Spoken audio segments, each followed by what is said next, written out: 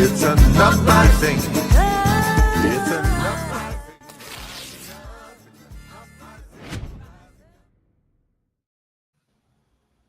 Hello, everybody, and welcome to the Green Live Stream. I'm your host, Edie Arndell. I'm glad to be back from vacay. Yes. And I'm sure Scott is equally glad. Yeah. I'm glad that Edie is back. I was struggling over here. Yeah, you did an excellent job, Scott. Oh, okay. And we wanted to welcome Justin Philip. Hey, Running Justin. for Congress, Oregon's 4th Congressional District. Yes. What's up, Justin? How are you doing today? Good. Running for the second time. Second time's a charm. This is what I'm going to say. There you go. So, love that. Nice. Yeah, we're for those who don't know, in Oregon, we refer to ourselves as the Pacific Green Party, which can sometimes be confusing. So yeah, we're sandwiched right there between the Washington folks, Washington Green Party, and the Green Party of California. Mm-hmm. Cool. Yep. I'm familiar. I lived in California for a while, and I went to Seattle in February. So I've been on both ends. I just haven't been in the middle, like Southern California and all the way north. So well, next time you're in Oregon, we'll have to, show you around. Yeah. Yes, I have something I want to see in Oregon. I think it's called China Beach. It's by Brookings. It's got all the big rocks that come out of the water. Do you know what I'm talking about? Oh yeah, that's in my congressional district. Oh, there you go. All right. Yeah. It's far from where I live, though. This congressional district is big because we have the mountain range and the Cascade Range as part of the district. So a lot of it's uninhabited for that reason. But 17,000 square miles. It runs all the way down to California, about 240 miles up the coast, and then inland to where I am in Eugene. Wow. So pretty big district by area. Yeah. How big is it with people? Like how hard is it going to be to go talk to everyone? I guess. Oh, well, pretty hard. I mean, last time around, I accepted every invitation I got, but as you probably know, being Greens, we're not always invited to everything. Butch Ware's having that issue running for governor in California, and he's fighting the good fight, making sure that he gets in the door and on stage at some of these events, but that can be challenging. But I accept all of them. I'll go to like the small towns that are considered, quote unquote, red towns.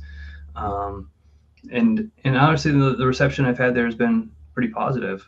Had people come up to me afterwards and say they appreciated the thoughts I shared. And I mean, we try to talk to everyone because I think our, the green values translate across the urban-rural divide. Right. Absolutely. But we've got some folks, I think this time around, I'm hoping, sorry, Edie, I was just going to say, this time around, I think we've got some name recognition built. People are starting to know about our campaign and what we're trying to do. And so I have some folks in like Curry County, which you were just referring to, Coos County, other parts of Lane County where I live. There's like 5 different counties, I think, in total involved in this congressional district. So, I'm hoping to knock on some more doors this time around and meet as many folks as we can, and maybe have some surrogates doing that for me in other parts that I can't easily get to. Yeah. Nice. Yes. So you have a wonderful website. Let me share I can get that in up the there. chat. And I'll put it up. Okay. You get it. Thanks. It's still a bit of a work in progress. One of the nice things about running again is that you learn some things, and this time we're starting much earlier. So last time around, I was motivated largely by the Palestine issue and our elected representative not being very good on that issue. And we had here in Eugene, the University of Oregon, and a student encampment, and I was working on campus at that time, for those that don't know my story. And so, one thing led to another, and then I ended up running for Congress, but I didn't get the nomination until like May. So we ran like on a pretty short runway. This time around, we have like more than a year. We're not having to create everything from scratch. We had a great, she recently graduated from Reed College near Portland. Esme Silverman helped create this website. Yeah. You may know Esme. She's been very involved with the Green very involved with the Green Party. I think she's just got elected to the Yes Caucus Yes. as like their media person. Right. So she's very, which is basically the youth caucus for the National Green Party. Yes. Right. They're eco-socialists. eco-socialists. Right. But it's the youth caucus, yes, of the Green Party. Which isn't, a side note, I think we need to remind folks that we are an eco-socialist party. But yeah, Esme helped create this. She did a great job. We're still trying to add content all the time. As you can see, those 3 topics up there are some of the big ones: free Palestine, ending homelessness, and protecting our public lands. And the homeless issue is one that's touching a lot of communities in this country, but especially ours. Last time I checked, we had the highest unhoused population per capita of anywhere in the United States, here usually in my hometown. But if I go around the Congressional District, even the smaller towns, you'll see tents and everything. This is an issue that touches all of our communities. And I think I read something recently that said the largest growing part of the unhoused population are retirees and seniors. Yeah. Folks just don't have the savings anymore. And if they don't have a family to help them out, a lot of them are ending up on the streets. And I know, like in Chicago, that just was the news item today. They're busting up a homeless encampment, and that's, we have a Democratic mayor, and it's sick. The governor of California, that's kind of what he's best known for, is getting rid of homeless camps. So it's definitely an issue of today. That is without a doubt. Yeah. I mean, yes, Scott. Problem, right? Just get rid of those people that we don't want. Oh. Well, I mean, Scott, you're highlighting the need for our existence as the Green Party, right? I mean, because even the folks that we should be able to count on to be better on these issues, supposedly the Democrats, are still really bad. Gavin Newsom, yes, is just another person out there sweeping the homeless. This is not a real solution. Removing homeless people from your eyesight does not make them magically no longer homeless, right? So we need real solutions, and we're going to have to take some drastic measures to adequately address this crisis, but it's very complex. But anyway, that's a big one for us, and our congressional representatives. Oh, I'm sorry, Edie. What are your ideas to help the homeless and where you live? Yeah, well, I mean, everywhere's a little bit different. Butch talks about all the the homes that are bought up by these huge, like BlackRock, Blackstone, whatever, these corporate juggernauts that just buy up the homes and drive up the cost of living for everyone. So something needs to be done to seriously address that. And then, we've got a lot of just vacant properties, quite frankly. I know Jill ran on building a lot of new public housing, and I do think we need some public housing. But we also need to address this issue of the unused vacant homes, and part of that is like these huge conglomerates or whatever buying them all up. Absolutely. So yeah, but our incumbent, each year, as you know, they are able to go to the appropriations committee and sort of request money for their districts, right, to take money home and do some good with it with some federal dollars. Well, she didn't ask for $1 federal to address the housing crisis, when this is like one of the biggest issues we have in our community. So there was something about housing for nurses on the coast, but that's workforce housing, but this is not what we're talking about. So she'll say that she did something for housing, but that's clearly not what we're talking about is the workforce housing. We're talking about these folks that are living in the streets, and our police and our city council is just constantly sweeping them. I've gotten very involved with some of the folks on the ground doing some of this work, trying to prevent folks from getting swept, because what happens is the police just like basically steal their things, effectively steal their things that they need to survive, making it even more difficult to survive. And then just kicks the can down the road, right? It's just like they just have to go find somewhere else to set up, and then the process repeats itself. This is not a real solution. So. And I think the really creepy thing is that the Democrats actually do it for votes, because they do it because, people complain, all these homeless around, they're all complaining. So if they get rid of them, then, and they're in an incumbent, then they might do better in the poll. I mean, when they're running for office. It's a sick reason, but that's why they do it. That's why they do it. It's so they can get back Yeah. in office. Yeah. No Yeah. I mean, altruistic go reason. ahead, Edie. Oh, I was saying no altruistic reason, but I wanted to also mention that, and I wish I could remember the young man's name. He was a homeless man that helped me organize a few years ago, like maybe when was that, 2020?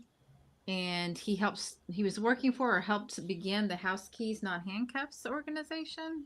Okay. I thought that was Oregon. So if it's not, I apologize. It might be Washington. But Well, I mean, there's a lot of programs, and I just watched Butch's comments from the California gubernatorial event that he was able to get into in Sacramento, and he talked a little bit about this and about sort of like the nonprofit industrial complex, right? And that's really not getting it done. I mean, I do think we need that. I do think we need services and a lot of different types of services because the unhoused are not a monolith. There's a lot of different factors why people end up where they are, and some of the folks are employed and working and unhoused. We forget about this. Everyone wants to like paint that entire demographic as mentally ill or drug abusers, and it's just very diverse. Right. So we have to understand that. I think if we're going to have, come up with some solutions that actually work, we're going to have an understanding of the problem first. But and yeah. like you said, the largest growing number is elderly that can't afford to live on their Social Security. Right. Oh, and that's scary. Here in Illinois, we have a thing: if you don't pay your property taxes, some hedge fund can come in and pay it for you and basically steal your house. Right. So, but like, I want to go back to what Scott was saying about how Newsom is sort of like playing, he's pandering, right, for votes by being mean on unhoused people, quite frankly. Yeah. And when he should be pushing back on that rhetoric, right? So this is like a consistent theme with the Democrats, and especially Gavin Newsom, if you've been paying attention to him, right? Because that's just in the state south of me. That's not Oregon, but still, let's talk about it for a second. Because, like this whole like Twitter thing, right? Like, okay, I'm just going to match Trump's idiotic tweets with my own idiotic tweets. And I get like, and people are eating it up like, oh, but it's just a race to the bottom. Instead of elevating the conversation, we're lowering ourselves to the stuff that we've been mocking, right? For however many years. Right. So we need to elevate the conversation, and that's bringing it down. When you don't stand up to people who want to disparage the homeless and paint them all as whatever they want to paint them in a disparaging way, instead of standing up to that, you like bend to it and join in on that. Like that's the exact opposite of the kind of thing that we need from our leadership. And I have conversations one-on-one with people all the time about this issue. And sometimes people like complete strangers. I was in Bend, Oregon, because I went to see a music show, and we were just at some random place talking to some people. Seemed like a nice couple, but then things start going about politics, and it's like, okay, here we go. Let's talk about it, I guess, right? But you kind of like dip your toe in the water a little bit because you don't know where they stand politically, and I think they were kind of conservative. But I think if you just have like conversations and you remind them that these are humans, of their humanity, and that we need real solutions, and that just sweeping them isn't an actual real solution. I think most common sense people will agree with you, regardless of like whether they consider themselves to be liberal, conservative, or otherwise. So I fully agree, and telling them that there's quite a few of them. I don't know what the percentage is. What is it, like 40% or something, that actually have a job but can't afford to live. So it's not that they're homeless, it's that the system has let them down. Society has let them down. 100% societal failure, in my opinion. I agree, Edie. Yeah. So I also heard that you're in the Eugene Weekly. Well, finally. So that's what I was going to tell you. So I have a bit of a storied history with the Eugene Weekly, somewhat. So, but yes, I'll just skip ahead and say that members of my community, the Eugene Weekly didn't do this. They just take nominations from people in our community. And I've been nominated for Best Local Politician. and Best Hellraiser. I love that. Love that. As part of the Best of Eugene voting hosted by the Eugene Weekly. So, yeah, I mean, Best Hellraiser, I guess, because, well, one, when I worked at the University of Oregon, you know, I initiated a no donations until divestment campaign that got me terminated from the University of Oregon. Wow. So, but they were basically, the students wanted them to divest, and they basically told the students that, sorry, our investments make us too much money, and so we're just going to keep doing what we're doing. And so to me, that sent the message that all you care about is money, regardless of the ethics involved. So if all you care about is money, then that's where we have to hit you where it hurts. So that's why we did the no divestment or no donations until divestment thing, but they didn't like that. So they said, you got to go because you're costing us donations, apparently. Yep. So that was like early 2024. But lately, like just in August, our congressional representative held a town hall where she tried to claim that she had signed on to a Block the Bombs act that was introduced back in May. I think it's HR 3565. And I was like, I follow this stuff pretty closely, and I know you get a D from the U.S. Campaign for Palestinian Rights because your votes are usually bad when it comes to Palestine. So I searched this and I could not find her in the GovTrack, the official website. I'm like, you're not listed on the. So I stood up without, it wasn't my turn, but so be it. There you go, Hellraiser. Raising hell, I guess. So I said, Representative Hoyle, can you tell us when you signed on to be a co-sponsor? Because I'm not seeing it on here. And they said, Mr. Filip, sit down. And you can find all this on YouTube, by the way. Okay, yes. We'll they're like, Mr. Filip, sit down. You lost. I won. This is my town hall. And then I said, well, when did you sign it? And she's like, I signed it. It's just not up on the website yet. I said, when? When did you sign it? Because I knew she was lying. Yeah. Or if she signed it that day. And I wanted her to say that she signed it today. But she was trying to pretend that she's on board with this the whole time, right? And by the way, that bill is weak anyway. It's just it's that no offensive arms garbage. Oh, God. That, it's just watered down to the point of being pointless. But still, it was something. It was better than nothing, I guess. And her name should have been on that from the get-go. So yeah, so she ends up signing on to this as a co-sponsor 2 days later when she flies back to Washington, D.C. And I said in the town hall, so you're lying to your constituents. Good. I had little old ladies giving me the finger on the way out, but I don't care because we're right. Yeah. Well, so, I'm sorry, even if she won and you didn't win yet, you're still her constituent, and she still has to answer to you. Right.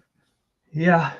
But this idea of you have to have decorum while there's a genocide going on, right? This civility politics when there's people dying because of your actions, because you sent bombs over there and you're unwilling to use the leverage that you have to try to stop it.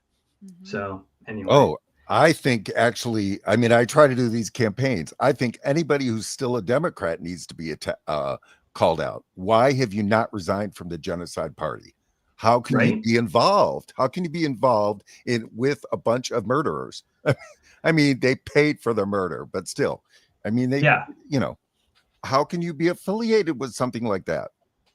I mean, I had cut ties a long time ago, but I mean, yeah, if you can't cut ties when they're supporting a genocide, I don't know what it's going to take. Right. You know what I'm saying? There's no line that you won't cross. Right. Yeah. Everybody's talking about Mamdani. He already crossed the line. He signed up to be a Democrat. That means he's okay with genocide because his party did it for 15 months. So I think I commented something very similar to that today, Scott. I said, I haven't really commented on Mamdani because he's better than Cuomo, but sure. But in my mind, he sold out the second he decided to run as a Democrat. Right. Mm-hmm. Mm-hmm. Right. And any of those who are still there, any of them who are still there, how do you do that? I mean, I say this so often. We grew up with a history of the Holocaust and Nazi Germany. Yeah. Well, folks, we're involved in that today. We're on the wrong side, but our government is doing that Holocaust. So how are people, I call it normalizing genocide. How are people normalizing this? How is this something that they could just have cute little talks about, the little specifics of their particular candidate? Well, I mean, and- It's tribalism. I would like to say that his platform was Yeah. good, but how is it different than ours? It's not. and I mean- inside a party that will make sure that he That it- will do what is, they require of him. Well, Yeah, and go ahead, you're Justin. seeing. I'm sorry. No, I'm sorry. There's just I just have so many thoughts. I don't mean to step on you at all. Sorry. But yeah, I agree. Yeah, I mean, but they're already making him water it down, right? Like, he was with Reverend Sharpton the other day, and they continue to press him on this whole, what are you going to do for the Jews in New York City? Even though, like, there's a bigger Black population. Why aren't we talking about the Black people in New York City? Why aren't we talking about the Hispanic population in New York City? That's a bigger population. I'm not saying that the Jewish population doesn't matter, but why are we making this the number one focus of the campaign? Well, we know why, right? Mhm. Right. So And why go aren't they ahead. I was just going to say, why are people's feelings more important than the fact that we're slaughtering people? Well, again, I don't understand this. I don't understand why murder isn't the priority here. Why instead of people's feelings? But Yeah, I think people just there's some tribalism, and I think people so closely identify with being a Democrat, it's hard for them to break that, because it's like that's part of their identity. I don't know. It's just like the psychology major in me coming out. But I think it's got a powerful hold on people, and they rationalize a lot of things. But if you want to know why Republicans can put up with like Trump mocking a disabled reporter, or any number of the crazy, things he said and done, and look the other way on it, look no further than the Democrats looking the other way on genocide. It's like a mirror image. Mm-hmm. And we want to spend a lot of time on the Charlie Kirk thing today, but that's the only point I wanted to make about the Charlie Kirk thing today, is that I want us to be very careful about not becoming the mirror image of our political foes, where just because Charlie Kirk didn't have empathy, now we're not going to have empathy. I'm not saying you have to go out there and make a shrine to Charlie Kirk, but we also don't need to go out of our way to be nasty. You know what I'm saying? As a Green Party, like, we defend some really terrible people all the time. We don't believe in the death penalty, and those people on death row have done some terrible things. Yeah, some of them. So yeah. But we don't oppose it just because there's some people that are falsely accused. We oppose it on a much broader moral reason than that. But I just think we just need to be consistent on that is all. I was going to say death penalty is cruel and unusual punishment, and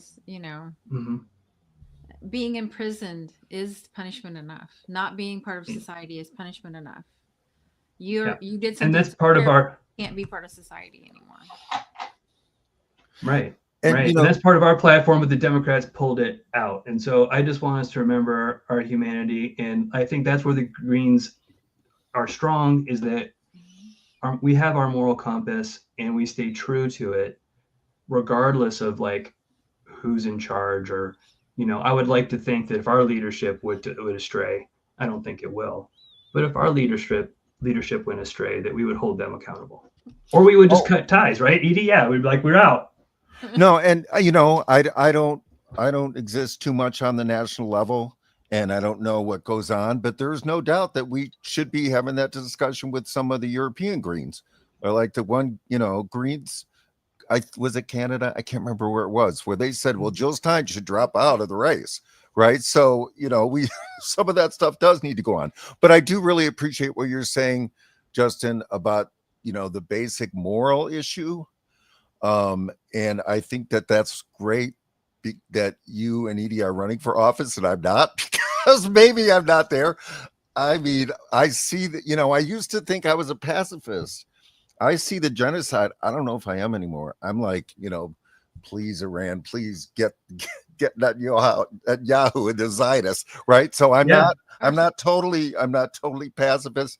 I'm absolutely against the death penalty, but I will admit that my real issue about the death penalty is the corruption of our court system. There's a whole bunch of people who are innocent who are being executed. So that's where my priority is. But and the unequal application of the death penalty based on race. There's a lot of issues with the death penalty for sure. Yeah, and those are all valid feelings to have, Scott.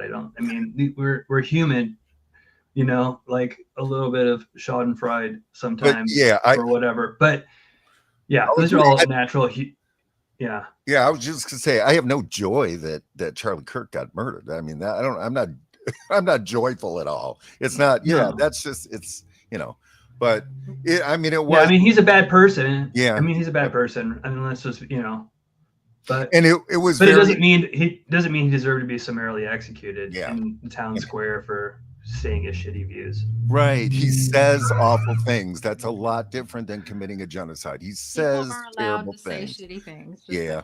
Right. Unfortunately, yes. Wrong. Yeah. They're not allowed to murder an entire population. Apparently he's really bad on the Palestine issue. I can't say I paid close attention to Charlie Kirk's views on that because I think I had heard enough of Charlie Kirk to know that I don't really need to hear him say anything else. But I guess I don't have to worry about that anymore. Yeah. Rest in peace. So but I guess. Sorry, we kind of got off topic, but if I could bring us back to the Eugene Weekly thing. Mm-hmm. Yeah. So anyway, that was the Hellraiser part of things, right? And then the best politician though is the one where I'm sort of going head to head with the incumbent. And what I want to do is I want to make this election, if you will, or this sort of voting thing, a referendum on genocide, a referendum on the environment. I say that in the last paragraph there. It's a way for voters to say they prefer a green candidate to the candidates from the corporate parties and without costing us anything. So this is all part of we have to overcome this mental block with the public that thinks that they have to vote for one of the two major parties. There's no rule that says they have to do that. Would ranked choice voting help? Sure, but I'm done worrying. I'm not going to wait around for ranked choice voting to vote for who most closely matches my values, right? I never have, and I'm hoping that our electorate will do the same thing. So so if I can get folks to vote for me for best politician over Val Hoyle, in a race that really doesn't mean anything, it doesn't cost us anything. You don't have to worry about there's a Republican that's going to benefit from this. Right. Let's do that first. Let's at least make a statement. This is one way we can chip away at the duopoly and we can make the media work for us a little bit. So that's what we're trying to do with that. I think it's a totally great idea because you're right. It's you could vote freely here, folks, and not feel concerned. Yeah. I'm testing a hypothesis here. My hypothesis is people actually prefer green candidates when they don't have a gun held to their head. Yeah. Right. And I like to compare, people that have always voted Democrat. It's kind of like being married to an abuser or something. It's like a messy breakup. You gotta but they love me, but they keep screwing me over. Yeah. At some point, you just have to leave because it's not good for you anymore. That's where people need to get well, they didn't protect my community from ICE. They didn't save my Social Security. They didn't make sure I could afford my health care. They didn't. Where does the list end that the Democrats didn't do? They're pretty good at telling us the things that we want to hear, right? If you don't pay attention to the actions and parse the actions from the rhetoric, you might think they're good. And that's why they get away with it, because they control most of the media, the two major parties do. They rarely let someone like Jill Stein or any of our leadership on, a show with a broad, a big platform like that.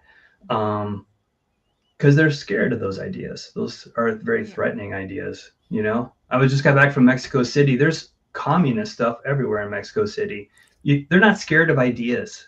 Yeah. And maybe that's why Morena has been able to be successful in Mexico, and they've been able to sort of break some of this neoliberalism a little bit, or at least they got a little bit of a start on it. Absolutely.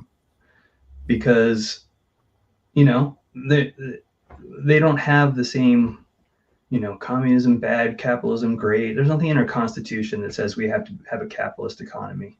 Right. Nothing in there. Show me the word capitalism in the Constitution. Yeah. Not there. Yeah. It's So just I'm not saying communism's better, but I'm just saying capitalism ain't it. I know that, right? So Yeah. full of winners and losers, right? So Lewis Gordon, Yeah. I believe he's a new commenter. So hi, Lewis. Okay. Hey, Lewis. Look at the last president of Mexico. He started a stay in school and get paid when finished program that brought 13 million out of poorness. I think Lewis is talking about AMLO. Yeah. Okay. Yeah. Right. Now it's Claudia I would Sheinbaum. imagine. Yeah. And now it's Claudia. Yeah, same party, Moreno, AMLO, super popular. They have they sell little dolls of AMLO and Claudia everywhere down there. Okay. Yeah, I mean, I'm not gonna say it's perfect. She's doing a huge like high-speed rail thing throughout the country. Like they're doing some good things down there. They're taking care of each other. Like my partner's parents live down there. She's from Mexico City. Okay. That's why we were down there, was visiting her family. And the seniors all get like basically like a what do you call it? Like a guaranteed income or whatever. Yeah. UBI. Like What's a the word I'm stipend? looking for? It's like Yeah. based on the economy. No, everyone gets it. So there's no, and that's the other beautiful part. They don't do this stupid like Means testing crap. means testing thing Yep. like that we always want to do, which Oh, adds cost to everything. Right. It costs stuff to like determine who gets it and who doesn't, when that money could just be going to doing good. So every senior gets it. I think every student gets like monthly income as well. I mean, they still have their issues, of course, but I think these are all steps in the right direction. Yeah, it's not going to be an overnight fix no matter what, but electing people like you and people like Claudia and AMLO down in Mexico puts us stepping in the right direction. You know, Greens don't take money from billionaires or corporations. We're not allowed to. And that is one of the major differences. So we can't be bought. We are beholden to the people that elect us and no one else. As it should be. Yeah. As it should be, but it's not. Yeah. Yeah. Yeah. So I don't know. Yeah, that was pretty eye-opening. But yeah, again, like I think they're just open to these ideas. They're not intimidated by new ideas. And I think we as Americans need to be a little bit more like that. We need to be open to, because doing, it's that old saying, right? Continuing to do the same thing, expect different results is like the definition of insanity, right? Yeah. So, and we see where the two-party system has gotten us. Like, I mean, the sooner we break ties, the better. Otherwise we're delaying the inevitable. It needs to inevitably be done, I think. So, and I do think it is the right time for the Green Party. Without a doubt, this is the most, fracture the Democratic Party has been in a long time. And, there's the Track APAC. Now, we've complained a little about Track APAC because it does seem like their plans are to then just push the ones that they don't specifically say has APAC funding. But the reality is in the current time, they are really, really exposing the Democrats who are completely controlled by APAC. And it's doing damage to them. I mean, it definitely has them shook up. And, their ratings are the lowest I think they've ever been for the Democratic Party. Yeah, So favorability lowest in the history of tracking favorability. Yeah. So yeah, this is people the right want time. And people want a new party, so we have to sell ourselves on like that party. Like if you're looking for a Labor Party, that's us. Like if you're looking for a party that's going to be firmly against genocide, no exceptions, no wishy-washy, that's us. If you want a party that's like going to stand for the environment against the interests of corporate profits, again, us, because like Edie said, we're not bought. We're not bought by the corporations. They can't buy their influence with us. All these things. So yeah, I mean, the moment is here. We need to seize the moment as the Green Party, because people are open to the idea. And our eco-socialist platform is pretty strong. Like, we're the only party that's not afraid to say we're anti-capitalist. Right. And in Oregon, if you want to vote for a socialist, you have one choice, and that's voting for a Pacific Green Party candidate. Yeah. So we have our origins, by the way, in as a merger of the old Socialist Party and the Pacific Party merged Really? to create the Pacific Green Party here in Oregon, and then we were affiliated with Green Party US. So things people don't know, like, Yeah. we have socialist roots, right? There you go. And I think a lot of people are attracted to that idea, but the problem is DSA historically, although we're trying to change that, and I have a very good relationship, at least I like to think so, with the local DSA, and I'm going to try to get their endorsement. We're going to meet this Saturday, actually, to talk. Yeah, but historically they've been backing, they've been channeling all of their resources and energy into running candidates as part of the capitalist Democratic Party. Right. So I'm just like, if you're like, what is your mission as DSA people? Right. Like, I asked the DSA people here this, like, what about that second name in your title? Like, if you're trying to promote socialism or some form of it, why are you investing all your energy into a capitalist party? Yep. Exactly. Yeah, I scream about DSA all the time, Justin. And it is true that, again, I think it's so common with the left side of our world where there are good meaning people who are involved in organizations that I don't think have our best interests at heart. And I'm going to say, please prove me wrong, DSA, but I just think that at their heart, they are another group that tries to keep people in the Democratic Party. I mean, the Mamdani campaign is an absolute keep people in the Democratic Party. And so, again, I would say to DSA the same thing I said earlier. If you're affiliating with genocide, why? Yeah. Why? Right. Why would you endorse a person who's affiliated with a genocide party? Yeah.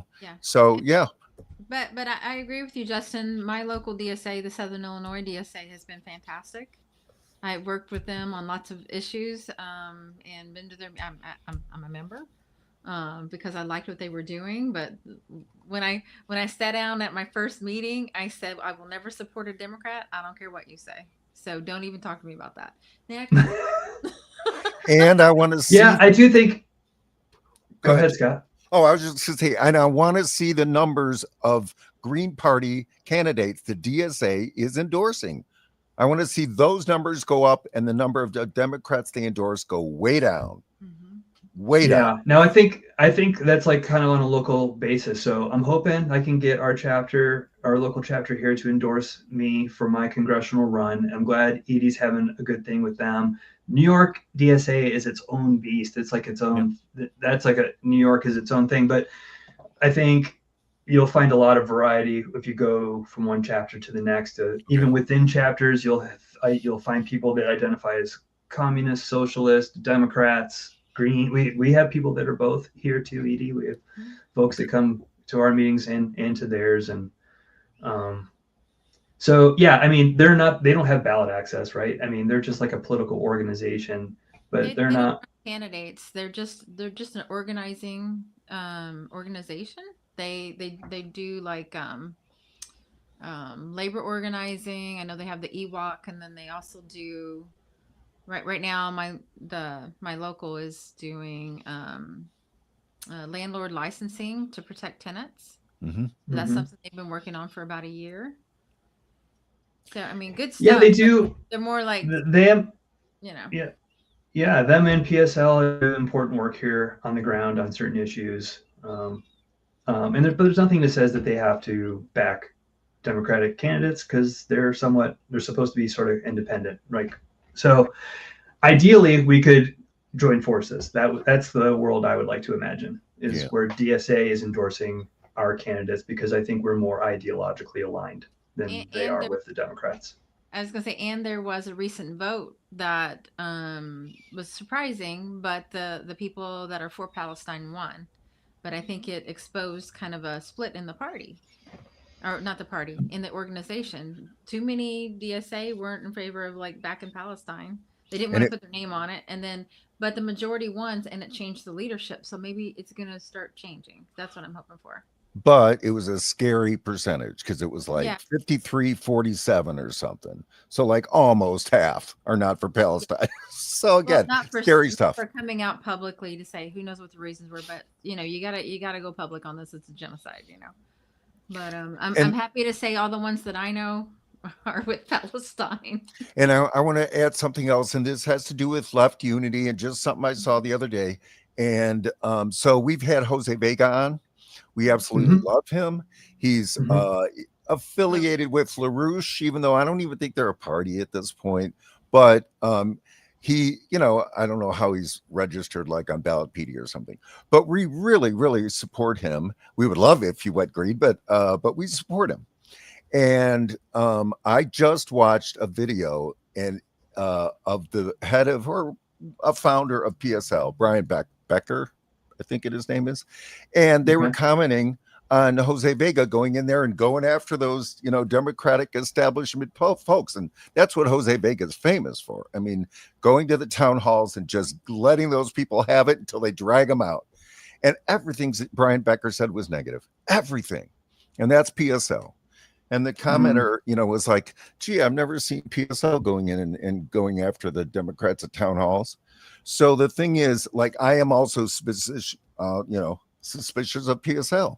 They're running somebody against Butch Ware. So, Yeah. I think that unity is really important. We should try to get it where we can. But I think we also need to be aware of those who might not have that as the real purpose of why they exist. So it just Yeah. something, Well, you know. I think, yeah. I mean, there's organizations, and then there's individuals that are in organizations, right? So again, like, I have to stand up for my PSL people here because they might see this, and Yeah, they and go and for it. No, and no. they do a lot of good work. They're right there with me at the town halls, yelling at these people and holding them Okay. accountable. Oh, okay, good. Well, that's really good to So hear. That they are doing good things, but I will say this: I just, in general, I think a lot of some of these leftist organizations, and I hope we're not one of them, that they look at this organizing as sort of a zero-sum game, right? Like PSL, like for every person PSL gets, it's like, like they want to own the conversation. Not, and I don't mean to pick on them, but like other organizations do the same thing. I've seen it, and I don't want to pick on any particular organization, but rather than try to build true solidarity and left unity, like we're talking about, like when you have like Butch Ware in California, like you're talking about, you have a guy that has name recognition that stands for, I think, probably all the things that you stand for the most part, right?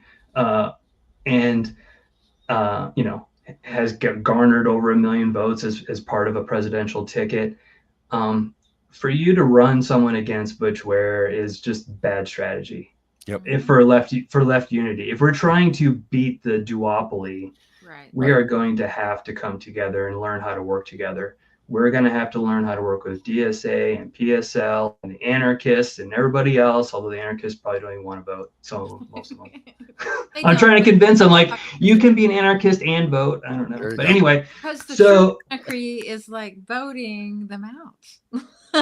Well, there you Right. go. Right. That works. I mean, I think No. a revolution of sorts is required. We have to unseat the oligarchy. We, the people, need to take power, or else we're just going to be at the whim of the ruling class forever. Yeah. And that's why I love Butch Ware's like mutual aid plus direct action plus electoral politics. We need all three legs of that tripod. Yeah, because legs of the stool. you could do direct action and mutual aid, till the cows come home, but you'll always be at the mercy of the ruling class if you don't do anything to try to unseat them. And waiting around for this, like, what's the word I'm looking for? Like, this romanticized idea that there's going to be some sort of like uprising and revolution. Like, one, I don't think is very grounded in reality. Most people's political engagement, if they're politically engaged at all, like, it starts and stops with voting and maybe watching an hour of CNN at night or something. But I'm saying, like, so to expect the people to rise up in the streets, I just don't know if that's going to happen. And plus, like, there's real suffering that happens in a violent revolution. Like and I don't take that lightly, right? So if we can unseat these people from power non-violently, I think we need to try that first at least. No, absolutely. And right. We can talk revolution a lot, but it's not, I'm not learning how to make a bomb. I'm not learning. I'm not doing that stuff. So yeah, there's real suffering, and I don't know if these people are prepared for what an actual revolution would entail. Not. We have a pretty cushy here, even those of us that aren't, well-to-do, relatively speaking. If you compare it to like a Palestinian right now. Yeah. Right. Absolutely. Right. And I was just going to say, back to the different organizations and parties, none of them are a monolith. They just aren't. There's some that have sold out, some parts of it, some that are awesome, that help Greens or do the right thing when the time comes. And you just kind of make, I love thinking of little slogans. If not you, who? Yeah. They're always saying vote blue no matter who. If not you, who? Who's going to change it if not you? Right. I like to say it has to start somewhere, and it has to start with someone. So it'd be nice if people were to get on board and help us out. It would happen a lot faster. But I think it's logically, this is our only hope. These two corporate parties are not going to do the right thing. Clearly, we just saw like the supposed good guys, enable a genocide for a year, and then the administration and party that took over continued it. So, something's got to be done. We need a people-powered party that's not beholden to these oligarchs, billionaires, corporations, greedy interests, because they don't have our best interests in mind. Right. So here in Carbondale, in association with the Illinois Green Party, my chapter is having a revolution for peace, a coalition building rally, I guess you would call it. I just invited everyone that I knew, all the orgs that I've been in touch with, that I've worked with, that I think are good, that I'm trying to build our community and make us stronger just as a community. And I feel like, lots of great organizations and lots of great work being done, but it's not pulled together yet. So I wanted to be that conduit as the Green Party to bring us all in the same room. And it's open to the public as well, but it's on International Peace Day, September 21st. If you're in Carbondale or close by, please come. It's going to be at the Town Pavilion. And the day before that, we're supporting the Rally for Amtrak to get public rail. All right. And to save Amtrak from privatization and make it better, So, yeah. Nice. I saw that earlier. Yeah. I love the high-speed rail. I think it's one of the things I like to talk about when people ask me, well, it's one of the things we can do for the environment.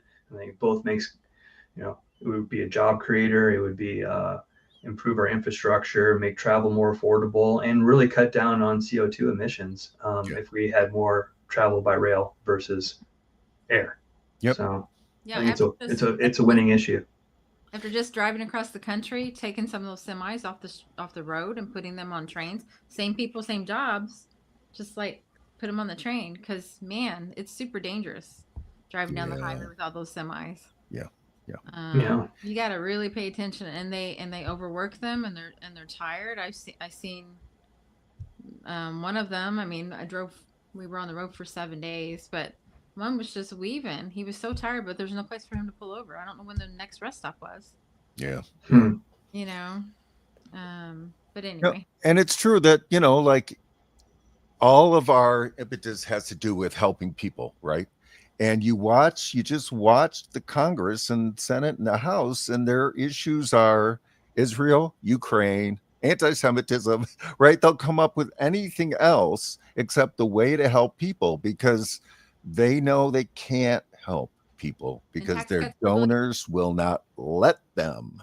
And tax cuts for billionaires. Yeah, right. Well, that is what they do, but they talk, right. It's just the idea that, they are not allowed to help us, because if, they try to do something that's going to help people, like lower the rents or, government food stores or anything that is just Okay. for the people, Mhm. they're going to lose their they're going to lose their funding for their next reelection campaign. And so that's why, we have to infiltrate this government. The Green Party has to. It has to. I wanted to give you an opportunity to talk about the last part of your platform about the public lands. Oh yeah, thanks. Yeah, that was the third point. We kind of got away from it, but yes, thanks for bringing us back. So the public lands one, well, this is another key differentiator between me and the incumbent, and obviously, we're environmentalism or ecological wisdom is one of our 4 key pillars. So, and this is again, it's like will Valhoil be good on the environment most of the time? Yeah. But it's not good enough to be good on it most of the time. We need you to be good on it all the time, not just when it's like politically convenient for you. Because when it's politically convenient for you to be bad on the environment, you're bad.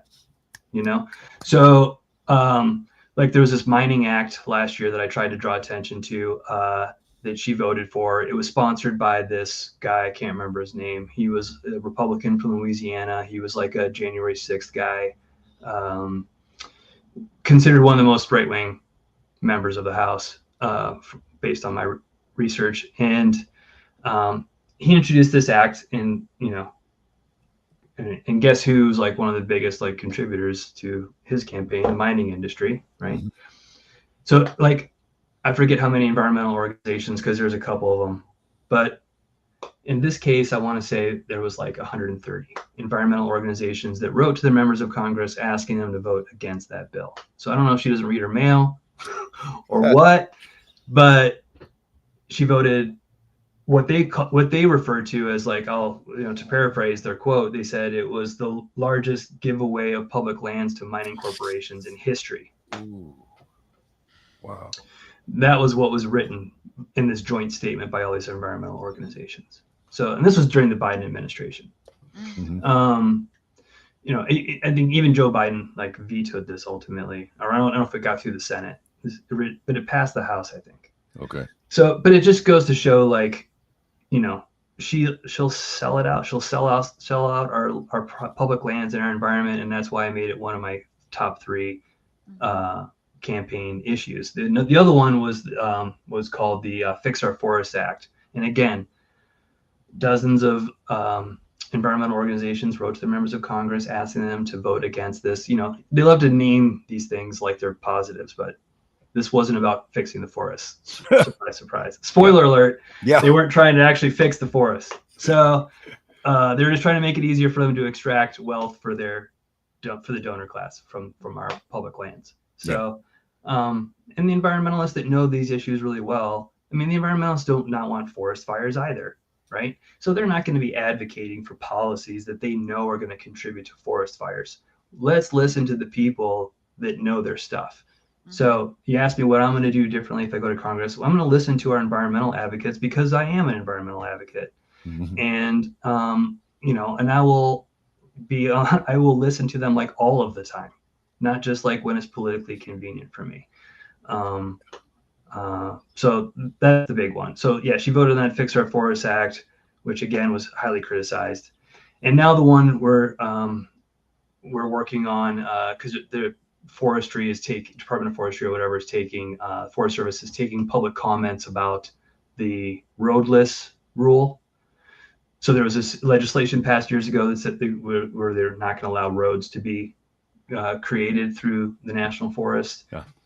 And they found studies that where there's not roads, there's actually less wildfires. So the roads create these like oxygen vacuum, like channels, and make it more likely for forest fires. In the West, this is a big deal. Yeah. Maybe not so much in Chicago. Yeah. But I mean, we just dealt with like a constant in Shawnee Forest country. So. Okay. Yeah. So we have our smoky season now. It's become a regular thing. Oh no, we have a smoke season here too because of Canada. The smoke all comes right from Chicago. You're getting that one. Oh yeah, we have bad air quality. You can't even go outside some days. Yeah. Yep. And some of it's just climate change, but we can try to mitigate the effects of climate change as best we can. So, and once you give away your public lands, you're never going to get them back. They're gone forever. They're gone. Right. Those corporations are giving them back to you. No. So we have to have really strong protections, and we can't, we can't mess that up. So, that's one of the things. That's why I put that as one of our key things. I was just gonna say, even if you could get them back, by the time they're done with them, you probably don't want them. No. It would take so much money to repair the damage. Yeah. Right. Corporations have no soul. They just don't. No. I mean, we discovered that with the DEI thing. Like, they've been all about it for how many years, and then all of a sudden it's not. Trump's like, no DEI, and they're like, all right. Right. Oh, yeah. The pink washing, all the companies that you fly the rainbow flag, but they don't really give a shit about that, right? They're just trying to make money. Yeah. Yeah. Well, we have about 4 minutes left. I put the link for people to donate in the chat. Please donate and help Justin win. More greens mean a government that works for you, not the corporations and billionaires. So, you don't have to live in Oregon to help out. Just like I say for Butch or people that watch us that want to donate to me, which I just got my link put together. I'll be releasing that at some point. And I'm assuming anybody could vote in the Eugene Weekly, right? I don't know. I think they asked for your zip code and stuff, so I'll try to respect the process. Okay. Someone else asked that on Twitter, and I was like, well, no, that's we don't need to stuff the ballot box.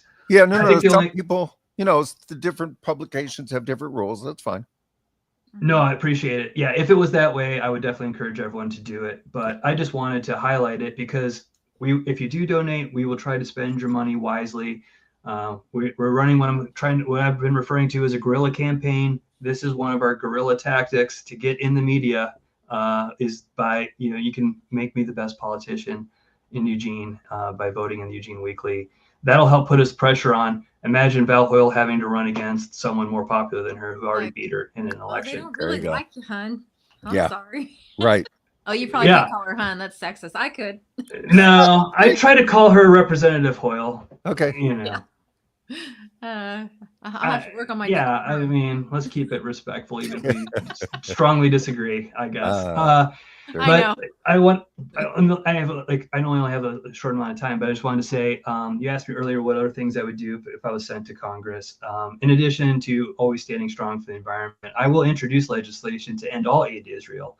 Like, none of this offensive weapons versus defensive weapons, like all aid, all of it. Right. We need to maximize the leverage that we have. So there's all these people understand is hardball. So, and all Democrats, all like Representative Hoyle understands this. She doesn't listen until we threaten her power. Right. The ruling class doesn't listen unless you threaten their power and their wealth. Otherwise, they just pat you on the head. Look what they did with the whole uncommitted movement, right? Yep. They saw it was we're willing to risk it. We're not going to change policy one bit, and we call your bluff, and we think you're still going to vote for us, even though we're not going to change our policy on genocide. And some people did, and some people didn't. Yeah. But anyway, so that's one of the big things. We will introduce that legislation, and hopefully, the people of Washington send Shama Sawant. I mean, if me and Shama walk into Congress, that would be something. So, I mean, that would really be something. I mean, we're trying to win. We're not just going through the motions out here. That's one of the reasons why I'm here, and thank you for having me, is because we're trying to win. And that's why we're starting early. Yeah. There's a lot to overcome here. I'm actually on tomorrow, I'm going to go to a kickoff party for someone who's running against her in the primary as a Democrat. We've had coffee, and my hope is that if the primary doesn't work out for him, that his supporters will then support our campaign. Okay. If they're looking for something different. Right. So, and if they're unhappy with our current representation, I want people to understand these people represent you. When you send them there, they're representing you. Is that how you want to be represented? By sending more bombs to kill children? Is that how you want to be represented? Right. By selling out the environment? Is that how you want to be represented? You have a choice. You have a choice. Choose your fighter. Is what I've been saying. Who do you want fighting for you? Someone that's going to fight hard and and not kowtow, not back down to, my party or whatever. My party's Right. not going to pressure me to do the wrong thing. I have a good party. Yeah. My party's on the right side of history. My party has supported BDS since 2005, since its inception. We're not some Johnny come lately to this issue. Right. We have been a supporter of Palestinian rights for decades. So, yeah, I think if we have enough time and we get this messaging out and we knock on enough doors, I think there's a chance. I really do. No, it People really looking for helps. something different. And it helps that you have run before. So you do have name recognition out there. So that's really important. I'm trying. The GCCC, the Green Congressional Campaign Committee, sent someone out to make a few YouTube videos for me last year, and that helped. And they asked me what market I wanted to target. I said all of them. Like, let's just use this to build name recognition, not just like target any particular audience. So right. Yeah. Well, I just looked you up on Facebook and found 3 Pacific Green groups. So I posted this video in those for you. There you go. So thanks so much. Yeah. Go to the people that can vote for you, right? Some of them will be in Eugene. Yeah. I appreciate it. 3 different groups, so I hit them all. Thank you. I know we need to get our Facebook in order, but that's one of the growing pains of, minor parties. I don't like third party. I prefer minor party. Okay. Right. I know we're out of time. After we get off here, I want to talk. Yeah, no. We don't. We're not strict. Else you want to talk about, that's more than fine. We just try to be respectful of your time. Yeah. Okay. Yeah. Well, I just wanted to talk about this Libertarian Party thing. Okay. Yeah, go for it. A little bit. Yeah. So one of the things I'm trying to do in Oregon is, we talked about how like some of these organizations maybe are misguided, maybe DSA when they endorse Democrats and things like that, right? Working Families Party is another one I've got issues with. Yeah. So, and we have a number of minor parties in Oregon. You can register as a minor party in Oregon. I know it's not the same everywhere, but that's how it works here. And so I've been talking with them, and I'd like to create like an associate. I don't know what I'm going to call it yet exactly, but we're going to create drafting an association of minor parties of Oregon. And there's sort of 2 things we're asking the minor parties here in Oregon to pledge to. The first thing is just to work on like ballot access issues or election laws that impact all of us. So that's the first thing. So I think everyone would agree to that. Because sometimes they try to change the laws that restrict our ability to maintain ballot access or what have you. So that's one thing where we have shared interest. Second one is to pledge to not co-nominate any member of a major party in a partisan election. Because I want to separate the real ones from the pretenders is what I want to do. So when Working Families Party turns us down, and I'm pretty sure they will, because I look at working, with all due respect, there's probably people in that party trying to do good work that share our same values, and they think they're doing the right thing. I think they are just the DNC cosplaying as a third party. Absolutely. I've heard that over and over and over and over. Absolutely. I mean, when you endorse Kamala Harris the day she declares for the office without extracting a single concession or trying to, what differentiates you from the Democratic Party in any meaningful way? Right. Nothing. All you do is you give third party credibility to Democratic candidates who want to seem cool and outside the establishment or something. Yep. And that way they do that sheepdog thing where they take this revolutionary energy and they funnel it right back into a counter-revolutionary party. Yep. So, and it undermines candidates like me, right? Who's truly trying to like break the duopoly, who's truly trying to give voters another choice and not just like Democrat with a cool kids club stamp on it. Yep. Yeah. Do you know what I'm saying? Yeah. So, I mean, I see it as they're taking up the space that, that we could be in. And they're saying that they're like us, but they're not. So they're kind of like taking the oxygen out of the room because they have the money behind them. And how'd they get the money? How'd they get the money behind them? Democrats. That's right. Right.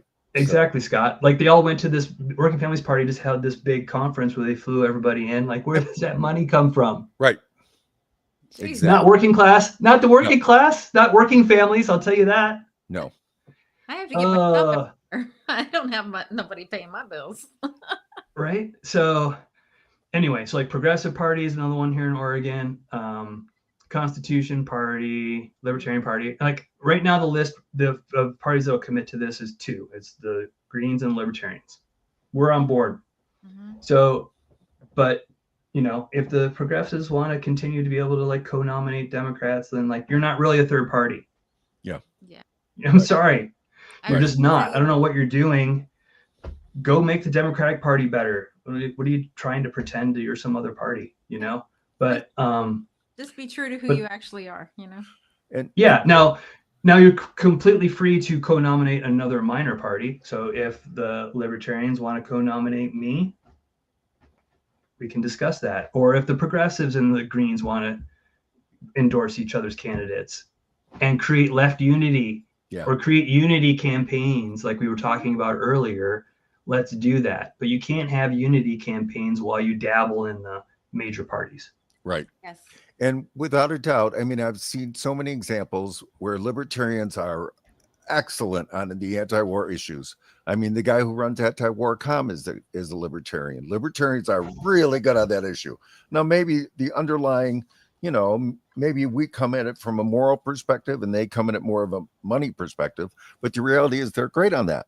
So yeah, and absolutely, I think it's a good idea. We have certainly, I know the Illinois Green Party for many years has worked with the Libertarian Party on ballot access issues and such. So absolutely. Yeah. They are not the same. They are not the same as the fake, cosplay worker family type things at all. They have their own ideas. We might disagree on some of their ideas, certainly, but they are there, honest brokers trying to do their thing. Yeah. Most working families party candidates are also Democrats most of the time. Yeah. They're never a Green candidate. I'll tell you that. Yeah. Not yet, anyway. I told them straight up I'm asking them for their endorsement. We'll see how that goes. Go for it. Well, but really, I just don't want Val to get it. Because Yeah. I don't want Val to get that credibility that she's like this working class champion, because she's not. Right. Yeah. So well, we need to AOC box used them to out. AOC used to be that too. She got caught getting Green Party signatures before she, sold out. Right. So, it's I know. kind of And one of those now she's running apologia for Democratic leadership not endorsing her buddy Mamdani. Yeah. Because you don't change the Democratic Party changes you. 100%. Absolutely. Yeah. You compromise yourself to the point you forget why you even wanted to get involved in the first place. Or they And I think destroy that's- you.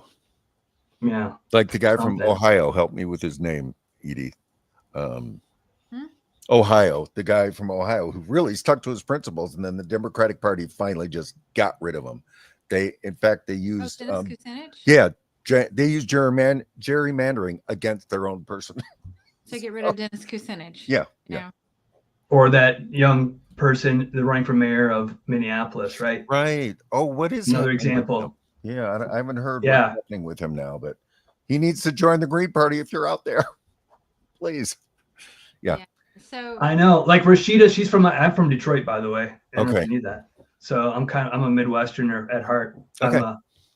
Yeah. So, but like I love Rashida. She should be a Green. Right. Like I know. she's the one with like the most integrity of any of them. Like she seems to like have stuck to her guns, and so like I have respect for Rashida Tlaib for sure. I just wish, again, why they already have the name so they could run in the Green Party. They could make some real differences. It's just, it's too bad. We haven't gotten one yet, but somebody's got to leave that Democratic Party and join the Green Party. It only takes one. Right. It only takes one. Yeah, somebody brave enough to stand up, and if Palestine's not going to do it, and you're Palestinian, I don't know what's going to do it. I know. Right. Maybe just waiting for the right time. I don't know. I think people are just scared to vote for who they really want because they're afraid of what they really don't want. You know what I'm saying? Yeah. And so that's why I'm hoping this whole Eugene Weekly thing can sort of help us overcome that mental hurdle. Maybe if people see how many people are on their side, Right. it will remove that layer of fear, right? And they're like, oh, well, now I can do it because now I know other people are also going to do it. Some people need that. I don't need that, but some people do. Yeah, absolutely. Okay, Anyway. so I see there's a couple more comments here about radioactivity or something. I'm not sure I'm following everything. This feels like a new person. Idaho. It looks kind of hostile. I don't know. Talking about radioactivity in the Corn Belt. Yeah, we don't have the knowledge base. Sorry, folks. We can comment at some other time if we look it up, but I can't say I know much Thank about that. you all for being here. And did you have last comment, Scott? Oh, I was just going to make one comment that it's the type of thing I see so often where they want to attack the Green Party, all of the entire Green Party. You know, it's like, folks, we're just individuals. It's actually, you know, I said it so many times. It's actually just a volunteer organization that has some structure to make it a political party, but it's just a bunch of volunteers. If you don't like something within the Green Party, join it, get active. You could be a part of it. You know, it's so gross to see people just complain about that kind of stuff. Oh, I'm done with the Green Party because one person said blah blah blah. Guys, well, again, we're not a monolith. Yeah. Our platform is better than anybody else's out there, in right? My opinion. Right. Especially for a party that can get ballot access almost everywhere. Right. I mean, you don't hear any voters. The criticisms are almost never about our platform, right? No one has an issue with what we stand for. They're like, oh yeah, that's all good stuff, but for some reason, no. You know, I don't. Yeah, so it's a tough one, but I agree, Scott. Like, it's very easy to get involved and have influence within the Green Party. Right. If you think it's lacking something, then contribute. Like I saw that the Democratic Party was a dead end. Then you need to start looking like, what are my options? Green Party has ballot access, a great platform that I stand by. Does it need a little professionalism and a little polish and some more volunteer power? Some people, yes.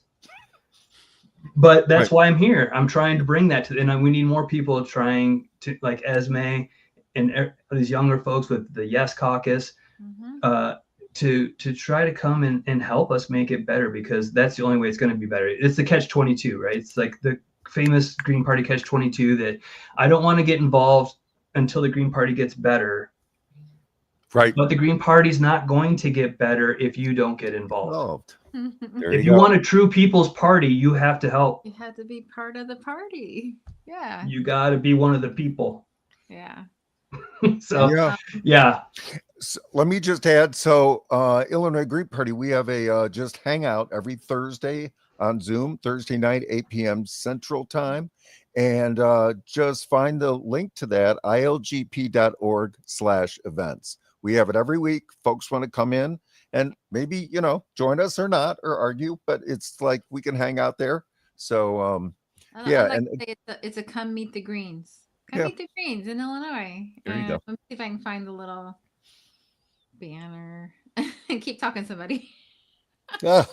No, it just, yeah, like that. We have our Eugene Greens meetup this Saturday too, so I'll just plug that, I guess. We always meet the second Saturday, usually the second Saturday at Theo's Coffee House at 11, and it's pretty informal. It's just a way to kind of meet other Greens in your area and see what's going on. And cool. I think this week we might sit down together and submit some comments to the Forest Service as part of our meetup.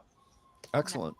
Nice. Yeah. Very good. Cool. So I put the link down there that's scrolling across your screen. Oh, yeah. ilgp.org. Green live stream will be back on Saturday at noon with your news of the week, noon Central Time, by the way.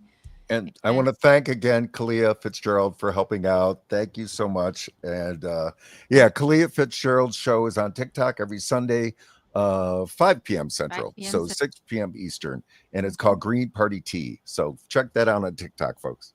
Yeah, she's fantastic. And love it. Go donate to Justin Philip right Yes, now. Absolutely. So all 28 of Please. You donate $28 a piece. Then we got it. And we will definitely have you back as your campaign keeps going, Justin. We want to stay in touch. And so we're going to be pushing you hard here on Green Live Stream. Yeah, you're welcome back. No, I appreciate it so much. Like I said, it's hard for us to get noticed by the conventional media. So independent media like this is super important. And and I'm just really pleased to be able to have an in-depth conversation too. Thank you. Right. Thank you so much for coming on, Justin. And if you want to stick around for after, please do. Yeah. Scott's Okay. got a question. Yeah. All right. Sounds good. Bye, everyone. I'll See hang you on out. Saturday. Bye. An uprising, we're rising up. It's an uprising, we're rising up. It's an uprising. Fight the power. It's an uprising.